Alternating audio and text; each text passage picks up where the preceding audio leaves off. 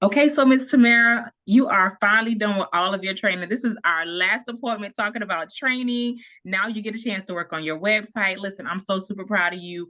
Let me go Thank ahead and you. release the balloons again and the confetti. I know they can't see it on your side, but listen, I'm so super proud of you. You've been working really, really hard.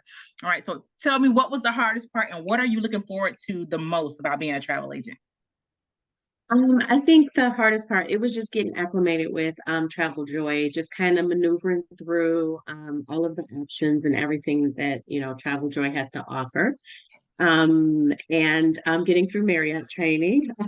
But got through all of that, so that's good. And I'm really excited about putting my website together. I am I too. can't This is gonna wait be for good. that. This is gonna be Yeah. good.